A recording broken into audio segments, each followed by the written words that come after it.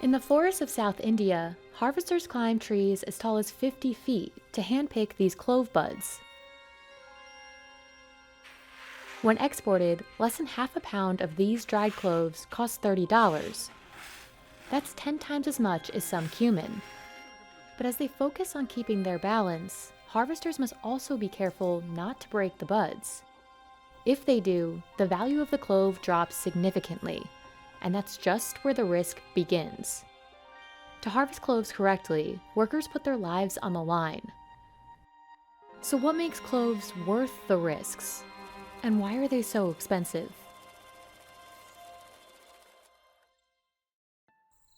Cloves are the flower buds of clove trees that haven't blossomed yet. When dried, they're commonly used as a spice. A clove's flavor is complex, with notes of sweetness, bitterness, and heat. The oil found in cloves has medicinal properties that make the spice valuable outside of just cooking. Cloves with the round head or crown still intact have the most oil. But to get cloves with the highest possible oil content, highly skilled workers are needed at every stage.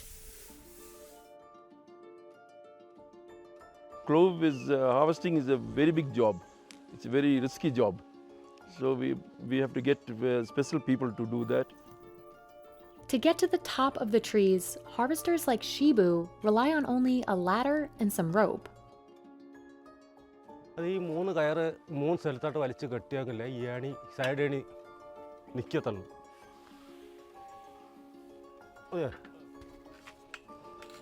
He reinforces the bottom of the ladder with mud so it doesn't move as he navigates the tall tree. Shibu ties a sack to his waist and then he starts his climb, working his way from the top of the tree to the bottom.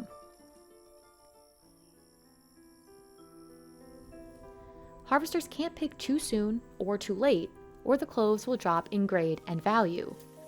In addition to picking at the exact right time and being careful not to harm the clove bud, they need to be sure not to break the tree branches they climb. Otherwise, the tree will have a lower yield next harvesting season.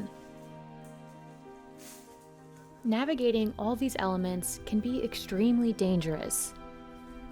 In Black Rock Estates, harvesting cloves has led to death.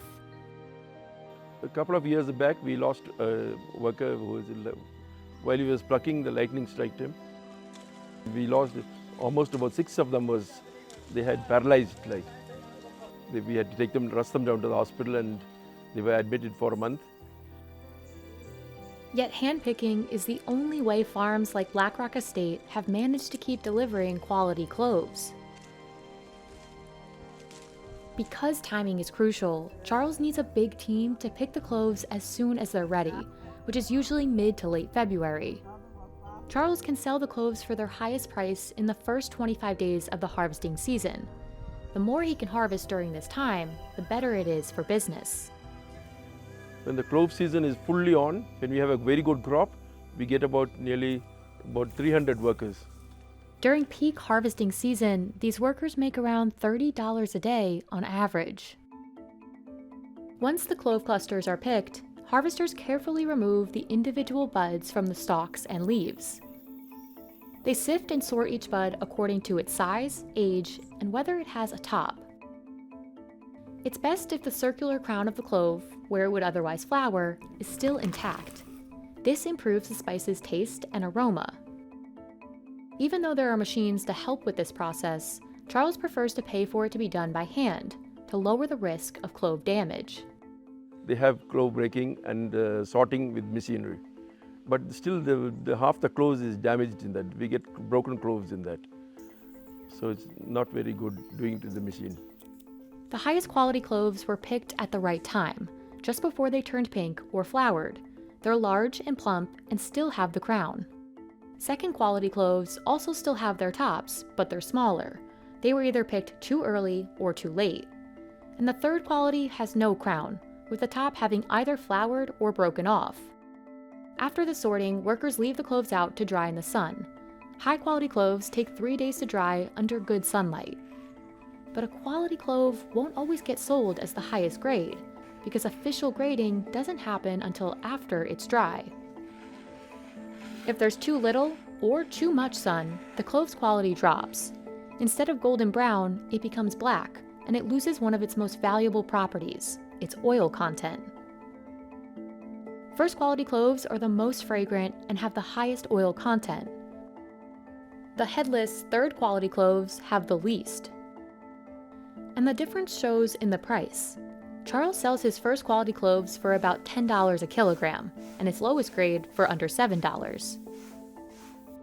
Clove oil is mostly made up of the compound eugenol, which is not only responsible for the clove's familiar aroma, but also for its medicinal benefits. Researchers have noted eugenol has antimicrobial, anti-inflammatory, pain-relieving, and antioxidant properties. So the demand for cloves goes beyond their culinary uses. Cloves are so sought after in India that Charles is able to sell more than just the buds. We sell everything, nothing goes to waste. Even the pollen, the dust, everything we sell. That's also because the cloves he grows, Kanyakumari cloves, are known for their high oil content and strong aroma. In fact, these cloves were awarded a GI indication in 2021. Charles says Kanyakumari cloves are the most expensive variety in India. When you go to the market to buy cloves, the clove price will be about 3 times the price what we give. It will be about 2,000 rupees, where we get only 750. The retail price is so much higher because of the supply chain. To maximize on profits for the farm, Charles won't sell his cloves directly to consumers, who only buy smaller amounts as needed. Instead, he sells to clove dealers who buy large quantities. Dealers like Franklin Roosevelt then have to keep the cloves fresh until they sell them to retailers. If he doesn't store the cloves properly, their shelf life drops. Glove के लिए एक temperature, उस temperature में वो लोग उसको stock रखते हैं और मोस्टली कोल्ड स्टोरेज में ही जाके उतरता है. मतलब नॉर्मल टेम्परेचर में रहेगा तो माल भी ख़राब हो जाता है और उसका टेस्ट फ्लेवर नहीं रहता है. To cover the cost of quality control, Franklin sells cloves to stores for almost $12 a kilo. The shops that buy from Franklin have to pay transportation and packaging costs, bringing the retail price of cloves in India even higher. But one of the biggest challenges in every step of the supply chain has been the changing climate. ज़्यादा बारिश होने की वजह से पेड़ों में fungus गिर जाता है तो सारा माल झड़ जाता है. तो जो लैंडलॉर्ड होता है, इसका जो ओनर्स होते हैं, उनको भी हेवी लॉस हो जाता है. और जो लोग इन्वेस्ट करते हैं, जैसे जो ट्रेडर्स हैं, वो लोग हम लोग ये बहुत बाहर गांव से लेबर्स बहुत लाते हैं, तो लेबर्स को नौकरी नहीं होता है. हम लोग ट्रेडिंग भी उतना ठीक से कर नहीं पाते. Between 2018 and 2019, India lost 13 metric tons of cloves due to heavy rainfall. And while the global clove market is expected to grow by 3.5% by 2027, the changing climate may still continue to disproportionately burden clove farmers. नहीं, अभी farmers लोगों को इतना उसमें profit नहीं दिख रहा है, क्योंकि वो मैं बोला ना, ऐसे बारिश हो जाता है तो ये सब होता है और उनको उतना जितना उन्होंने इन्वेस्टमेंट किया है उतना उनको रिटर्न नहीं है. वो है, अगर वो लोग भी अगर ट्रेडिंग लाइन में आते हैं तो ठीक है, लेकिन बहुत कम लोग ही आते हैं, क्योंकि वो लोग इतना रिस्क लेके सब लोग नहीं जाते हैं. इसमें रिस्क लेंगे तो है पैसा मिलता है. If you like So Expensive, there's a new show coming for you. This time about expensive foods and the people behind them. We've already shown you some of the pricey foods the world has to offer. Now join us as we take you underground for Ante caviar in Mexico, inside the luxury mango market in Japan, and beyond. So Expensive Food, coming soon.